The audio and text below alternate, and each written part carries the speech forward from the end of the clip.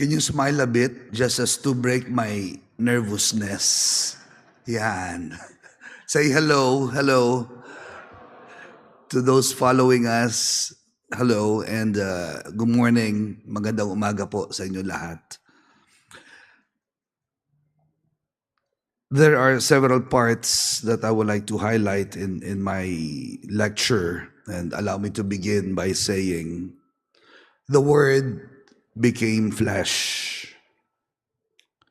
Today, I stand before you not as someone who has all the answers, but as one who has been lost, found, and forgiven.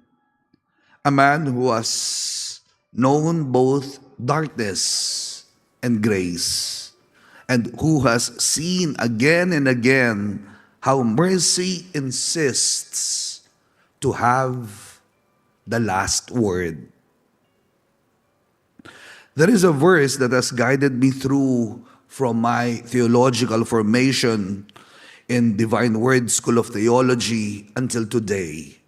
And that is found in the prologue of St. John, John 1:14. This is what we say in the Angelus, and I say, the Word became flesh and made his dwelling among us. But it was not only when I stepped into the small, dim cave of the Annunciation in Nazareth that the verse became real. There, in that silent and simple place, I realized the Word did not become a marble or doctrine. He became flesh, fragile, hungry, and human.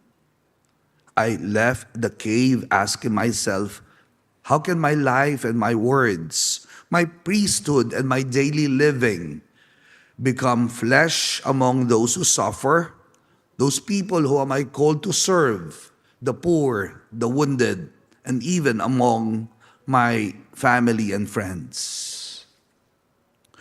Brokenness and calling. That image changed me. I did not come to the priesthood from a place of perfection. I came from my own brokenness. Priesthood was something that I never dreamt because I don't feel worthy about it. Actually, nangongopya pa nga ako during Latin class. Kinukumpisal ko naman kaagad. And my professor would say, I believe that you have a vocation, carry on, just do not get caught. I knew what it was to wake up lost, ashamed, and afraid to begin again. But mercy found me in that darkness. Through the words of St. John Paul II during the World Youth Day 1995, he uttered a command, a very compelling invitation: be not afraid. I began again, not because I had conquered my past, but because grace had chosen to redeem it.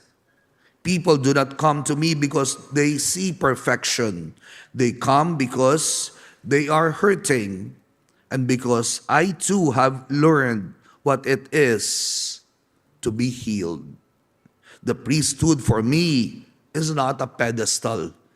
More, it is a place of kneeling beside others in need and wounded. It is a place of proximity. Priesthood for me is presence. The birth of Kalinga. When I was assigned to lead the Justice, Peace, Integrity of Creation ministry, I began with a question: how do we mirror the Word among those living in the streets? The answer was not rhetoric. It was dignity. How can we once again offer the dignity that the streets robbed them of when they were living and still live in the streets. And so began what would become Arnold Janssen Kalinga Center. First, as a once a week kain ligo, that means eat and bathe, where the homeless could eat, take a shower, and change into clean clothes. At the beginning, most of them refused to bathe. Actually, I had to bribe them. You have extra rice.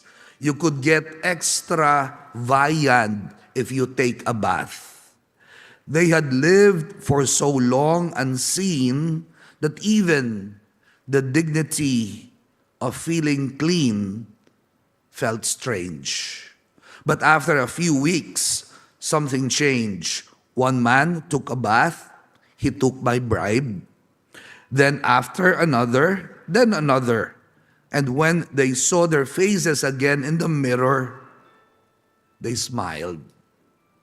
Not because they were clean. They smiled because they had been seen. Nakita sila.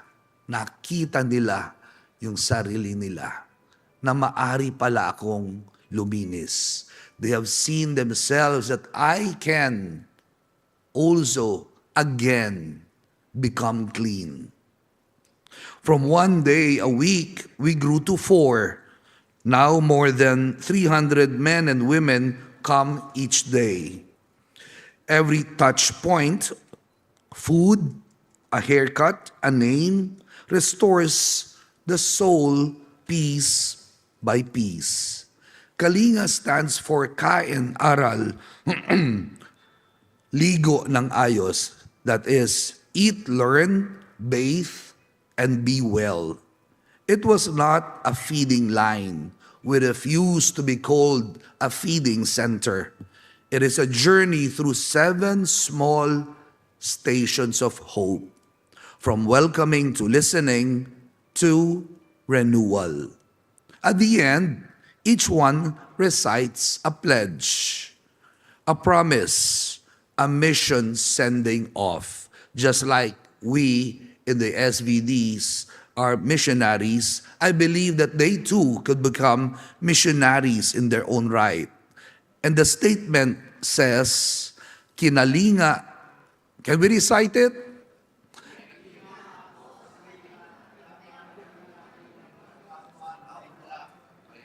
Very good, my dear homeless. I was cared for at Kalinga, so I too will care for others with joy. This is how mercy multiplies.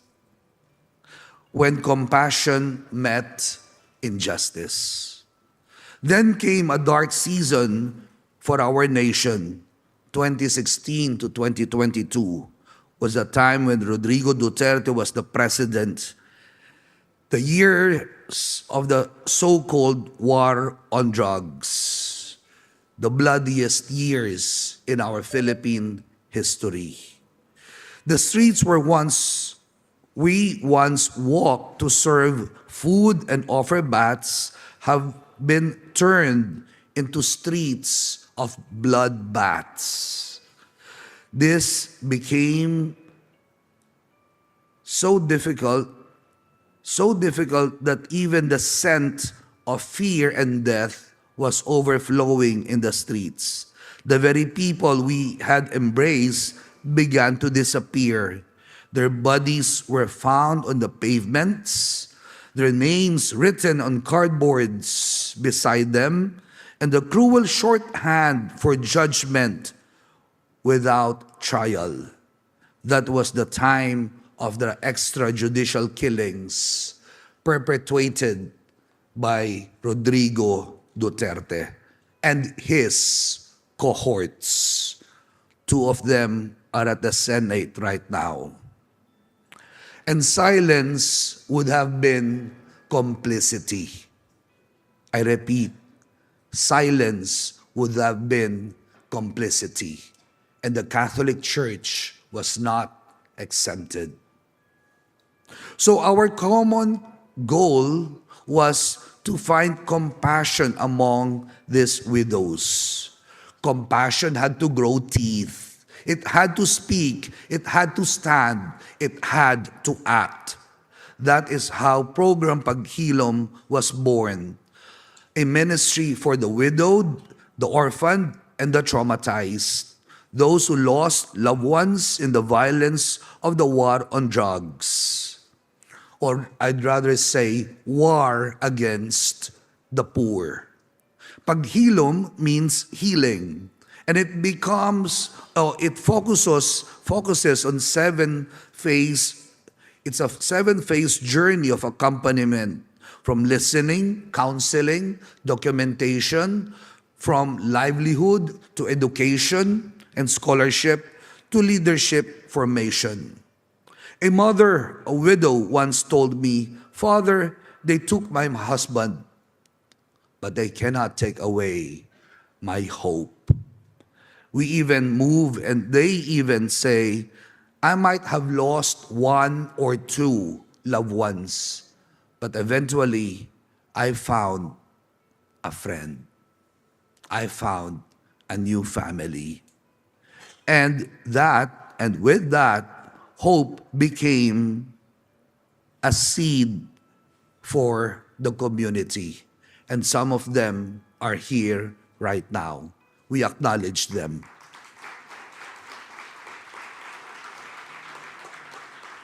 Saying, I draw inspiration from each and every one of you.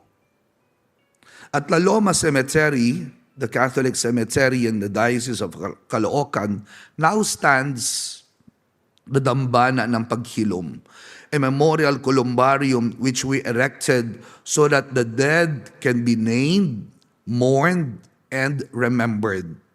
Each urn tells a story that power and tyranny tried to erase. A story of a father, a story of a brother, a story of a breadwinner unable to become a source of love to his family because they have been silenced. We call these efforts in the Dambana ng Paghilom an act of offering some dignified sense, some sense of dignity to the abandoned dead. After exhuming them, we bring them to our good friend, Dr. Raquel Fortun. Is she around? Doki? Wala po. We call the remains that we bring to them, we call them mga kalansay ng katotohanan. In English, skeletons of truth. Because even the bones speak the kind of manner how they were tortured and eventually killed.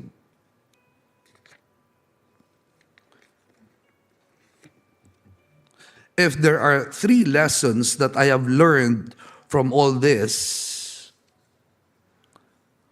I skip one part. From healing to justice. Our journey with the families has taught us this. Healing without truth is incomplete. I repeat, healing without truth is incomplete. We began documenting their stories, working with lawyers, human rights advocates. A good number of them are here with us now.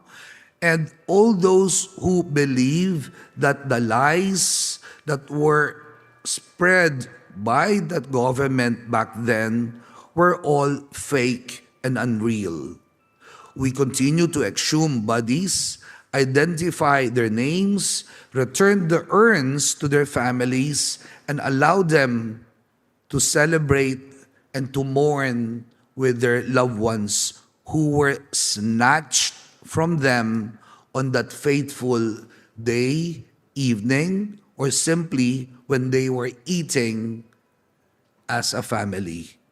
Today, I am cooperating with some investigators before the International Criminal Court. The arrest of one principal figure may feel like vindication, but arrests alone do not restore a nation's soul.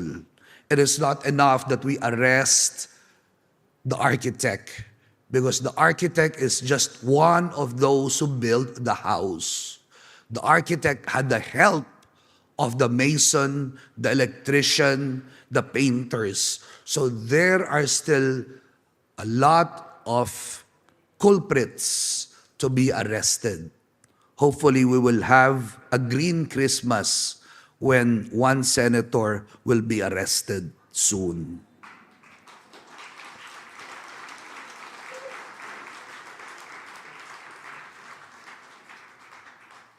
And hopefully his fellow senator would follow.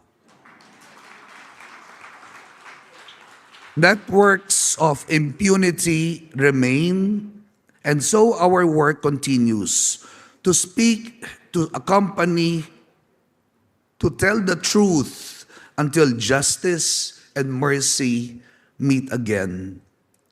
Lessons and hopes learned. If I were to name lessons, 3 would stand out the most. First, dignity precedes development. Before you teach or train, we tell this in Kalinga Center. Kindly ask the name, first and foremost, of the person in front of you. We've done so many projects and outreaches, but have we ever remembered the name of the person that we have helped? Ask the name and remember the face. The second would be survivors are not victims forever. Given opportunities, they become companions and leaders in the journey. We call them wounded healers for a wounded nation.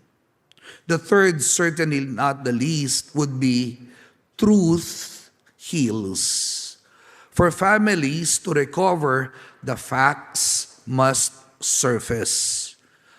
The facts are far different from what the Philippine National Police have shoved in their throats with fake news and fake identities. For society to heal, the lies must end. Sobra na.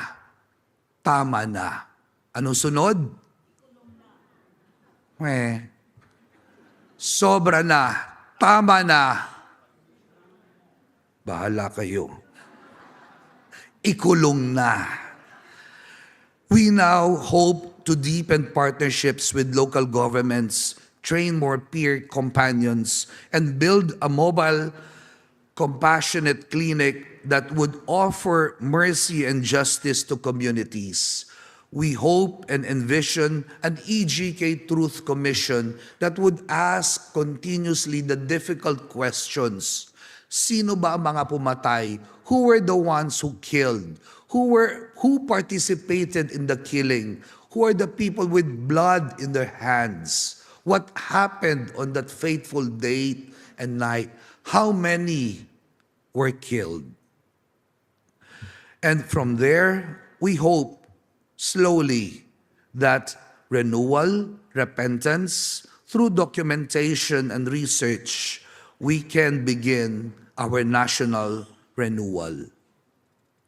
Finally, at the heart of all this, one simple theological truth lies. That is, God dwells among the wounded. The Word who became flesh did not come to the tidy and the safe. He came to the streets, to the broken bodies, to those the world calls unworthy. Each time we wash a homeless man, Each time we bury an abandoned dead, each time we listen to a mother's grief, each time we stand for justice, for environmental cause and discrimination in education, the gospel takes flesh. Pope Francis calls this the revolution of tenderness. And it is a revolution that begins quietly. One towel, one basin, one shock, one beautiful lady from the Maldives, one act of mercy at a time. In the end, the Word made flesh, because the Word is still becoming flesh today in every act of kindness, in every stand for truth, in every second chance offered to the lost. Radical compassion is not charity. It is courage. It is audacity to believe that love can still redeem what violence has broken. May we never tire of loving, never tire of serving, never tire of teaching, standing for the truth and injustice.